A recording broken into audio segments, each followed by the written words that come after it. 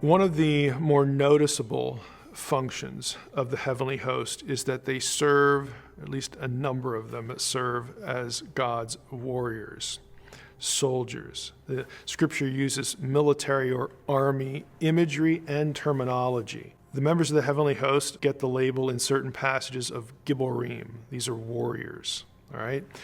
The Lord himself is called, Adonai Tsevaot. Okay, usually translated the Lord of hosts, but it actually is the Lord of armies.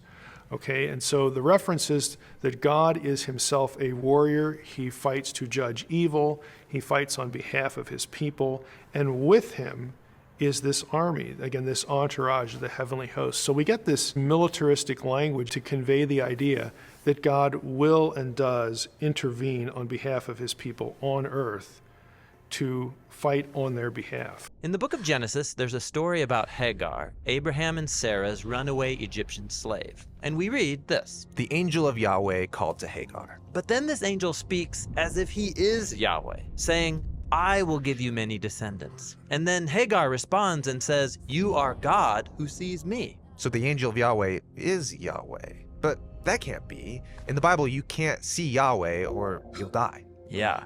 So this story and others like it are inviting us into a paradox, that Yahweh is above all, inaccessible to us. But sometimes he reveals himself to us in ways that we can see and understand, and that's where this character shows up. He's Yahweh made visible to us. Yes, distinct from Yahweh, and also Yahweh.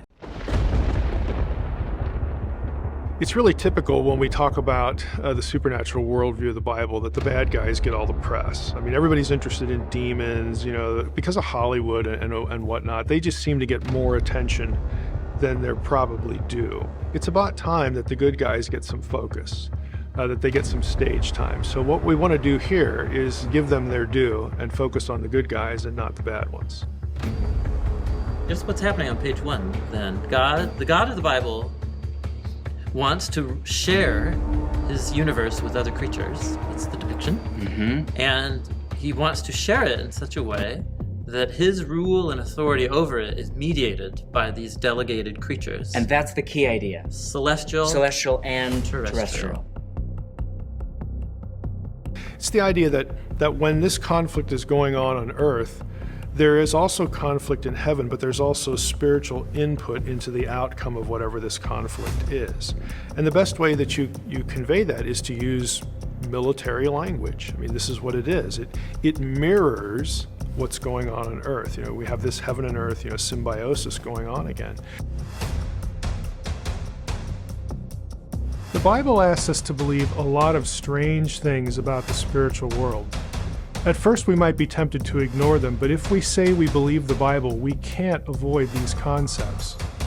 Much of what we think we know about the spirit world isn't true. It's been filtered down through centuries of church tradition. Angels do not have wings, demons don't have horns or tails. And for the biblical writers, the unseen realm was home to more than angels and demons. There were other, bigger players. So do you believe what's in your Bible?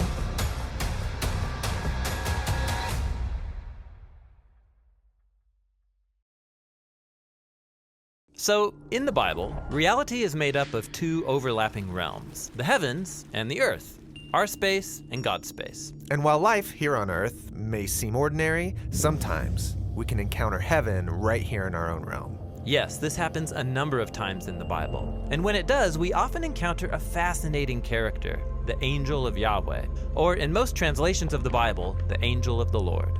Now, we've talked about angels. They're spiritual messengers who perform missions for God. But the angel of the Lord is no mere angel. How so? Well, every time he appears, he's described in a way that's purposefully puzzling. And it leaves you wondering, was that an angel sent by Yahweh? Or was that Yahweh himself? What do you mean?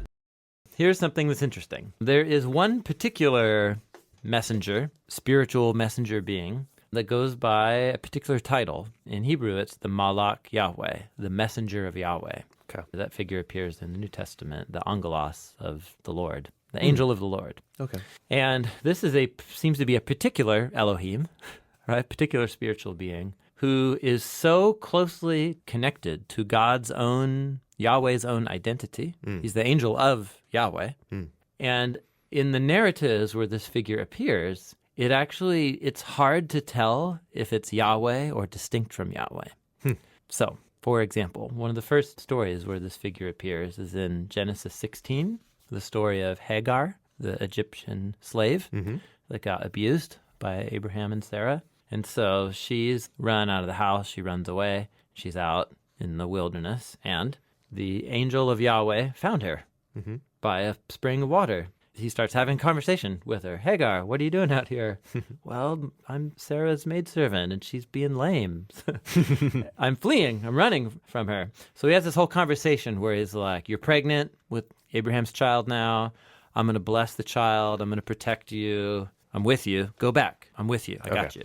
And so her response to this conversation is, then she called the name of Yahweh who spoke to her, and then she names God, you are a God who sees, or in Hebrew, El Roi. For she said, I've remained alive even after seeing him.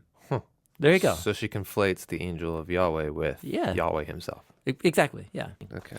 In the first sets of commandments that Israelites get at Mount Sinai, in Exodus 23, near the end of the first major block of laws, God says, hey, I'm going to send you guys into the promised land. This is Exodus 23, verse 20. And Yahweh said, behold, I am going to send an angel, a malak, messenger, before you to guard you along the way and to bring you into the place that I've prepared. Oh, so in all these other places, God, Yahweh himself said he would do that. Now he says, I'm going to send an angel to do it. Watch yourself before him.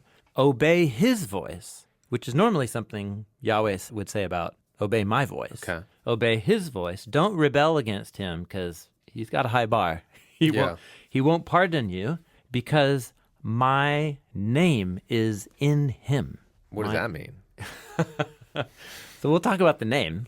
But somehow the name is one of these attributes of God that begins to take on life of its own, a distinct life. Because you call upon the name of the Lord, you can be delivered by the name of the Lord in the Psalms. So what's the name? Yahweh. When we think about angels in the Old Testament, it's hard to miss some of the more important ones. And probably the one that comes to mind most often is the angel of the Lord. Again, doesn't really get a proper name, just referred to as the Malach Adonai, the angel of the Lord. Now, I spent a lot of time in Unseen Realm, both the book and the film, talking about the angel of the Lord. I believe that the angel of the Lord is God himself, the second person of the Trinity, showing up as a man in the form of a human being. Now, this is an incarnation. The second person of the Trinity is going to be incarnated in Jesus of Nazareth later. So this technically isn't Jesus in the Old Testament, although it sort of is and isn't. It's the same second person of the Trinity. But if we just isolate our discussion to that figure, the angel of the Lord, it's scripturally demonstrable.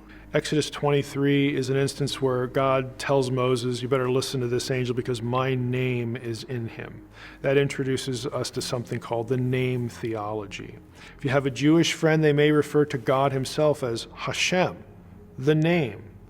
It's the same in the Old Testament. The name is another way of referring to God himself. Well, if we just take that little bit of knowledge, that little nugget, and go back to Exodus 23, we have God saying to Moses, I'm here, but I'm also in that angel. That angel, that supernatural being that come in the form of a man, that's me. I mean, I'm still here, but that's me as well. So this is a really important figure. And I think a lot of Bible readers sort of get that, but there are things about this figure that we kind of miss. You can make a really good case, and I do in the angel's book, that this particular angel is the destroyer in the last plague before Passover, the death of the firstborn.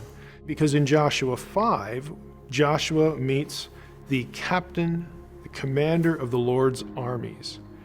And there's a specific item of description there. The figure in front of Joshua has his drawn sword in his hand. If you actually search for that phrase in Hebrew, that exact phrase, it occurs only two other places. Both of those places, it describes the angel of the Lord. So the angel of the Lord is a militaristic figure. He is the captain of the Lord's armies. It would be not surprising to have him be the destroyer, okay, in this last plague in Egypt. And that might trouble some people. Like, we don't really think of angels as destroying and being responsible for death. And isn't this a bad thing? Isn't this what like demons do or something like that?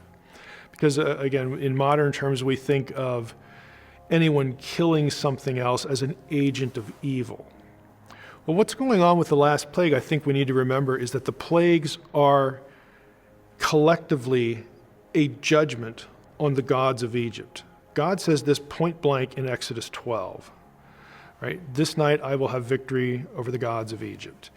And all the plagues can be traced to some judgment on a specific Egyptian deity, and the whole Egyptian religious system, in fact. So this is a judgment against the fallen, deities. This is the Deuteronomy 32 worldview of the nations and their people. And you say, well, they're people, God should be merciful and have compassion and whatnot. It's also a reversal of what Egyptians had done to the people of Israel. Remember, what starts this all off in Exodus is the fact that Pharaoh is ordering the death of Hebrew children, specifically males. And so this is God's way of reversing that incident, God's way of pronouncing judgment. It is really sort of an example of the eye for eye, sort of thing. This final plague really strikes at the heart of where this all started. Pharaoh's lack of submission, his hostility toward the people of God. And again, it's sort of a natural kind of bookending reversal effect to what's going on. But despite all that, at the end of the day, God is the giver of life. God is God. And God can judge evil any way that he sees fit. And in some cases in the Old Testament, that does mean the death of his enemies and the enemies of his people. That does happen, and God has every right to do that, to defend his own. And in this case, he does. So there's something like Yahweh's name is so utterly unique among all names. It's like God can take his stamp, his uniqueness, can become a metaphorically spoken of as a thing that you put in him. My name is in My him. name is in him. And look at the logic. The logic That's is not like a normal turn of phrase in Hebrew? No. This is not normal. This is said of no other. My name is not in Moses. Like, God never says that. Right. Moses speaks in the name of Yahweh, like prophets speak in But the no name. one ever has someone's name in them. God's This is a name or very someone unique, else's name. Very unique turn of phrase. Interesting. And when God says, my name is in this angel, it's connected to this angel being described in ways that elsewhere are described of Yahweh himself. Obey his voice. His ability to pardon. He will bring you into the promised land. He will lead you through the wilderness. You're like, oh, I thought it was Yahweh leading with the tabernacle and the pillar of cloud and fire. Now, couldn't he just be really just being rhetorical about how important this angel is? Yes. That you're going to follow? Yep, that is possible. There aren't any other traditions in the Torah about an angel being the one leading them. It's the Ark of the Covenant, symbolically That's true. representing God's glory in the fire and the cloud. So that's another interesting thing. What would, Jeremiah and Esther Israelites see as they're wandering through the wilderness? They would see the fire and the cloud. At least that's how the narrative presents it. Yeah. And that's a tangible thing.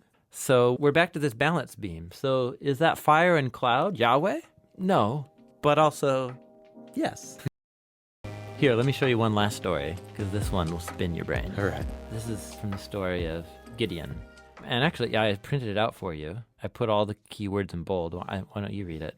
Okay. And just when you come to these titles for who's acting or talking, All right. just pay attention to it. So, Judges 6:11. Yeah. Then the angel of Yahweh came and sat under the oak that was in Ophrah, which belonged to Joash the Abiezrite. Abiezrite. Yeah.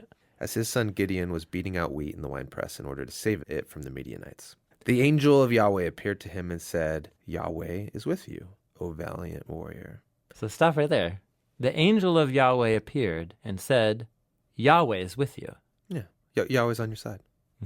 So based off of the earlier stories, when it seems like the angel of Yahweh is Yahweh, why doesn't the angel say, I am with you. I am with you? Oh, so that's interesting. Okay. So the narrative's clearly presenting the angel of Yahweh, at least at this point, as distinct. It's talking about Yahweh in the third person. Okay. Got Angel of Yahweh come, and that makes sense. A messenger from Yahweh. Yeah. Yahweh's with you.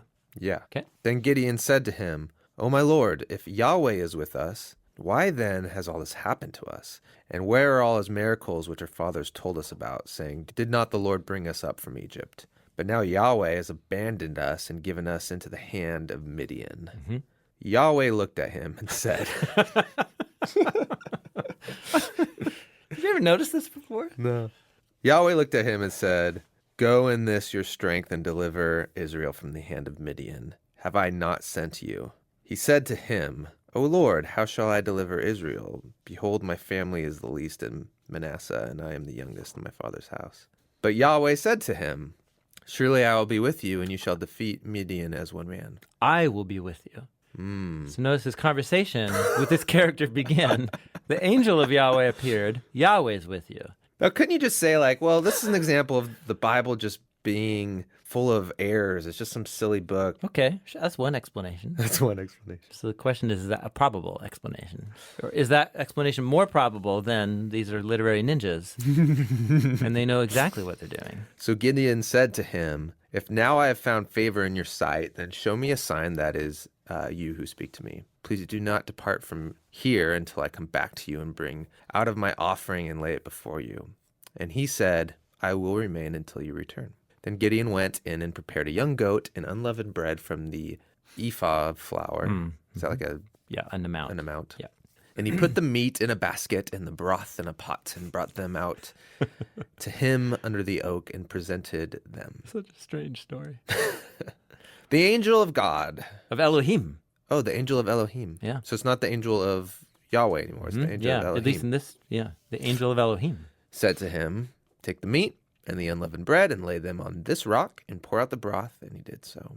Then the angel of the Lord, the angel of Yahweh, put out the end of the staff that was in his hand and touched the meat and the unleavened bread, and fire sprang from the rock and consumed the meat and the unleavened bread. Whoa. Then the angel of the Lord vanished. So apparently the angel of Yahweh is a human figure who can appear and disappear and is distinct in the narrative from Yahweh. But not really. But not really, because earlier when that angel was on the scene, sometimes it's the angel of Yahweh. You'd almost say he's not distinct from Yahweh.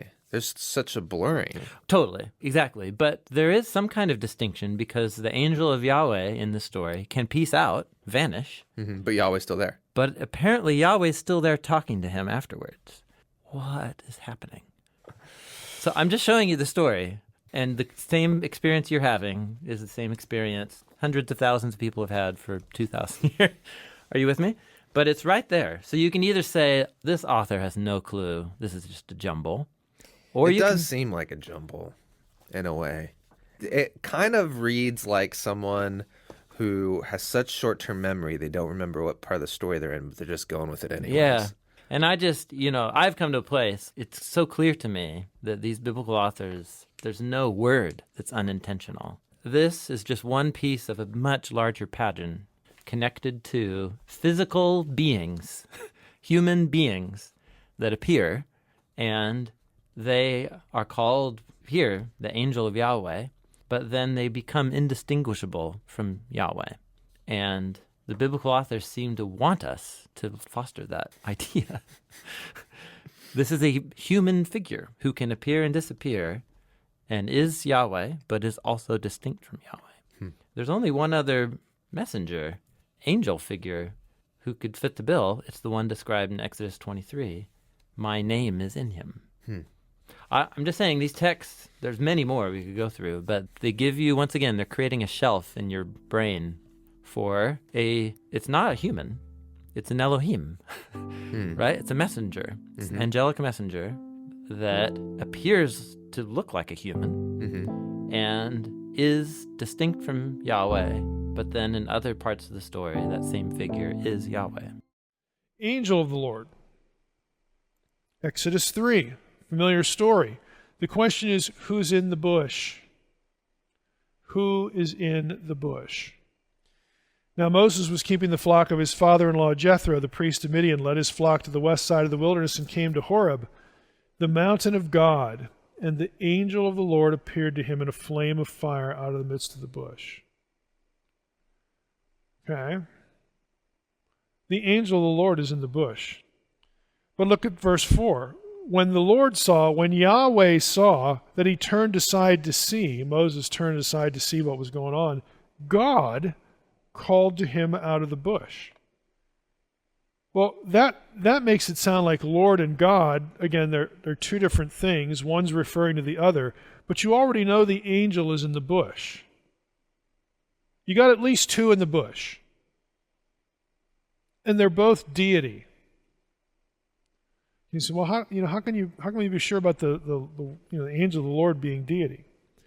Well, not only is he in this mix, you have angel, Yahweh, and Elohim in there, but we get other indications. By the time we hit Exodus 3, the angel of the Lord has a history in the biblical text. This is the Jacob and Laban story. When Jacob has been instructed, what to do with his flocks so that they multiply against Laban's. And in verse 11, as he's relating this as we're reading about it, and Jacob is relating it. He says, "Then the angel of God said to me in the dream." So he's having a dream again, which is another visionary experience. "Jacob, and I said, here I am." He said, "Lift up your eyes and see all the goats, bait, and so on and so forth." And in verse 13, here's the important part. The angel tells Jacob, "I am the God of Bethel." Now, for that to have impact, you have to know something about Bethel. This is the place where Jacob first encountered Yahweh when he left home, and he built an altar there to him. The angel's saying, "I'm Yahweh. I'm the God of Bethel." Remember that? We had a meeting back there. I am the God of Bethel. I mean, how much more explicit can it be? Genesis 48, 15, and 16. I want to show you this way. This is one of my favorite passages in the Old Testament because it's one of the most surprising. This is Jacob's prayer. He's blessing Joseph's children, and we tell this in Sunday school all the time about the old man, Jacob, gets the older and the younger mixed up, and he crosses his hands and, bless them. And Joseph tries to correct him because you're supposed to bless the firstborn a special way, and then the other one, And Jacob says, "No, just don't correct me." And we get that part of the story, but we miss what he actually prays. And that's the important part. But Israel, Jacob, again, his name has been changed to Israel, stretched out his right hand and laid it on Ephraim's head, though he was the younger, and his left hand on Manasseh's head, thus crossing his hands. Although Manasseh was the firstborn, he blessed Joseph, again through his children, saying, here's what he prays. There's 3 stanzas to the prayer. "The God in whose ways my fathers Abraham and Isaac walked. The God who has been my shepherd from my birth to this day." Now the 3rd stanza you expect it to be, "The God who did something else." That's not what you get. The angel who has redeemed me from all harm." And here's the kicker. "May he bless the boys," bless the lads. In Hebrew, the verb is singular. You cannot translate it, "may they bless," like God and the angel are separate. No, it says, "may he bless." You say, well, which one does Jacob want to bless the kids? The answer is yes. Both. It doesn't matter. They're interchangeable. God and the angel. It's both, they're both Yahweh. What does it matter? May he bless the boys. Again, it's kind of a shocking passage, especially for Jews. Again, just trust me, because I went through that group of Jews and showed them this stuff, and they're like, they found it incredible. These texts create a huge conversation that goes back thousands of years. And what you see in the Jewish literature of the Second Temple period is there are many different suggestions for who this figure is. This figure's given names. Some people think it's Michael, the Michael. Yeah. In later Jewish literature, Because that name means my name is El. who is like El. Who is like El. Yeah, that's right. So Michael, archangel, an archangel. Yeah, what does that That's mean, what an this archangel? figure, a chief angel. A chief. Angel who isn't Yahweh, but is so... He's up the pecking order. He's the top of the Elohim that aren't... He's the chief of staff. Yeah, chief of staff. Yeah. He's not the commander-in-chief. Yeah, that's a conception. So there are many Jewish scholars, and they wrote books. There's a Second Temple text called the Apocalypse of Abraham. It creates a whole bunch of visions and poems that Abraham sees when he's sleeping, when he falls asleep in the covenant ceremony in Genesis 15.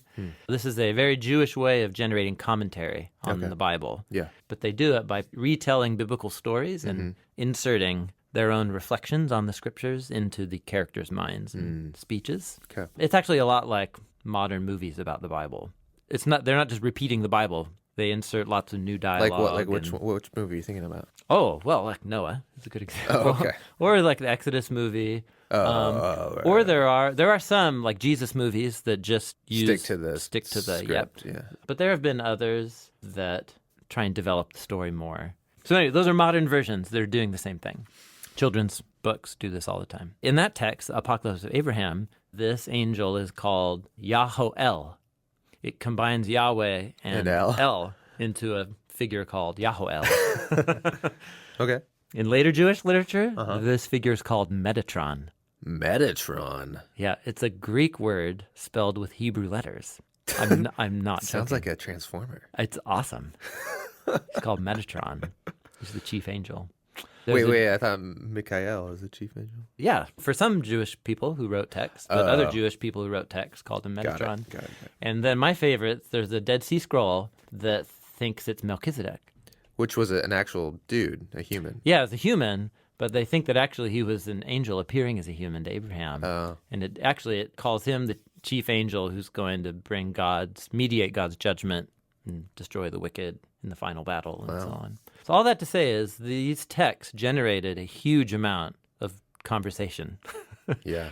Throughout What's Jewish like a history. typical evangelical or Protestant? Somewhere in the 2nd century, in the writings of the early church fathers, they pick this up and they assign it to pre-incarnation Jesus. This is Jesus appearing pre-incarnation. I want to get the horse in front of the cart. And we haven't met Jesus yet. So we haven't got in our conversation to Jesus yet. But I'm just saying, once again, just like Moses creates a shelf for a human who becomes so merged with God, he begins to take on attributes of God. Here it's like the other direction. It's an Elohim, a spiritual being that represents Yahweh, but is also appears as a human. Yeah. Right? It's like that, but from the other side. Yeah. And so it's creating shelf space in our minds for a creature that is Yahweh, but is distinct from Yahweh at the same time. These authors were guided by God's Spirit to portray God in these very complex ways. Very complex. Yeah. And these ways approach boundary lines that make exclusive monotheists a bit twitchy, at least modern monotheists. So there's a character, the angel of Yahweh. And when you say angel of Yahweh, you should be picturing a human figure. And in the story of the burning bush, it's a flaming human figure. So that's pretty intense. Yeah. Yeah, he says he's going to look at why the bush is not burned up, and then what he ends up seeing is a human figure in there. But in other times... Which is a lot like what people see in the story of Daniel and the friends, the fiery furnace. That's right. Anyway. And then other times, the angel of Yahweh, like in Genesis, was just hanging out by a spring of water in the wilderness. We don't know what he looks like there. But Hagar is talking with him. We never know if Hagar realizes... Well, no, because what she says is, then she called the name of Yahweh who spoke to her, "You're a God who sees." And she said, "Holy cow, I'm still alive." Oh, okay. That was Yahweh. She realized it. Yeah. Yeah. That's the reaction when people realize they were around Yahweh. They're like, why am I not dead? Yeah. It's not like happy, go have a cup of coffee with Yahweh. It's like, holy cow. Yeah.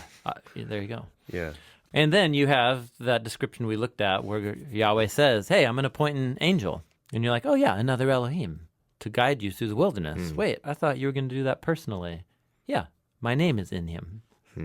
So there's this character, the angel of Yahweh, Yeah. in which it is distinct from Yahweh because it is the angel of Yahweh, this spiritual being that appears as a human who is not Yahweh or distinct from Yahweh. Yeah, distinct from Yahweh. I mean, that's the point. He is Yahweh, but then- also at the same time, somehow, in some way, distinct.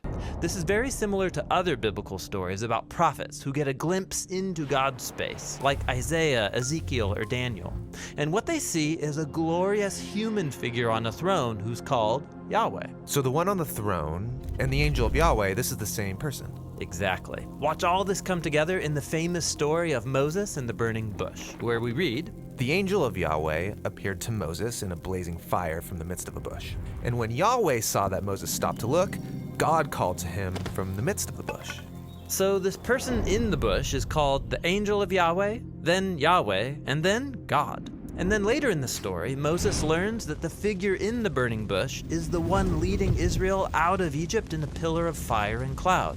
And that's the one who later takes up residence in the tabernacle. The tabernacle, this is the throne room of God himself. You got it. The angel of the Lord is the royal glory of Yahweh appearing as a human. But it seems like there's something to say, the stories are saying when this human figure appears, this human being isn't the sum total of Yahweh's identity. Right. Yahweh is still greater and above all. This is a localized expression of Yahweh, Yeah. but it's not all that Yahweh is. So Yeah. it's Yahweh, and it's distinct from Yahweh. Yeah, okay. Okay. Um, I'm tracking. yeah. I'm tracking. Finally. Over the years, I've chosen really carefully to stick to certain language when I talk about these things, because this is an area that's ripe for misunderstanding, and you can see why. It's not easy to sort out. Okay, so that's the angel of Yahweh figure. And once again, like all these, as we're laying the groundwork, what we're going to see is that the New Testament authors are going to draw upon this shelf space of a figure, the language and ideas about a figure that is Yahweh, but is a human figure who is also distinct from Yahweh. Okay. I mean, you can just see where this is going. Yeah. And so this is another set of images and ideas Already from the Hebrew in Bible. the Old Testament, you have a category of the one God, Yahweh, having a manifestation of himself that is in some way distinct Yes. from Yahweh, Yeah. called the angel of the Lord. Yeah. But it's in essence is always But who in essence is Yahweh. yeah. Yeah. And yeah. So I see what's happening here, Tim. I get it. Like the language of Trinity, Yes. or the paradigm of Trinity, in that there can be one God who appears in different persons. Like that isn't just something that all of a sudden later Yes. the apostles were like, maybe this is it. We'll just Yeah. kind of run with this. Yeah. It's something that they saw In the Hebrew Bible. The Hebrew itself. Bible. Yeah. And so when they had to try to come to grips with what Jesus really was, Yes. they realized, oh, well, it's already here. That's right. Yeah, not fully baked and not fully, again, it's always going to be they appropriate categories from the Hebrew Bible and then make a layer of claim and meaning that breaks or over exceeds those earlier categories too. But this one comes the closest, I think, to giving you a framework for one and more than one at the same time. Yeah. And then is there any evidence that the apostles thought the angel of Yahweh was Jesus? What you have is texts where the apostles will quote from Hebrew Bible texts, passages in the Old Testament, sometimes Yahweh, sometimes the angel of Yahweh, and they'll use the word Lord in Greek, but it's clear in the context they're using that word to refer to Jesus. So Jesus all of a sudden starts being the one that all of these Old Testament Yahweh texts refer to. And it's sometimes just Yahweh, sometimes the angel of Yahweh. And you kind of have to just sort through them and go through them.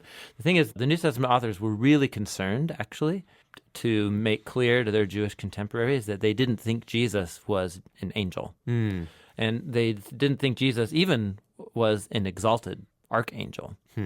The book of Hebrews comes out of the gate swinging on that one. And it strikes modern readers as, okay, Jesus is more powerful than angels. Oh, cool. Yeah. But right, in the Second Temple period, this was a major conversation going on. Yeah. Because saying Jesus was an exalted angel would be comfortable. It would fit. You'd be like, okay, you're just another Jewish sect that, yeah, totally. like, Yeah, you got an angel with, like, you're an important angel. You think he's named Jesus. We think he's named Metatron. Those kooks down at the Dead Sea think he's Melchizedek. But let's all agree to disagree. yeah, that's right. But then the moment you begin saying, no, Jesus is the angel of Yahweh, he's Yahweh, then you've stepped the boundary line.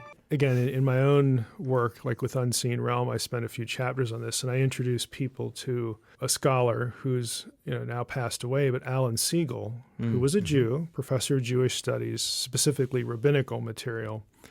And he wrote a very famous book back in the 70s called The Two Powers in Heaven.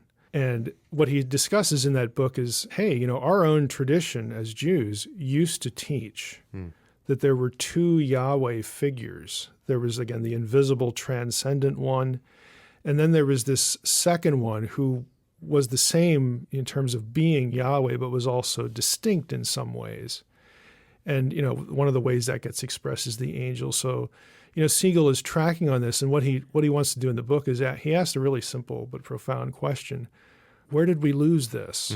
Yeah. Because this used to be part of was our a Jewish theology. theology. Yeah, in Jewish between the concept. testaments, even before Jesus, ever showed up, as a man. But they had this theology, but it became offensive later, especially after the crucifixion, when they're running around saying, well, this was the guy. Yes. So this is why this example from the letter of Jude in the New Testament is great. One, because it claims to be written by Jesus' brother.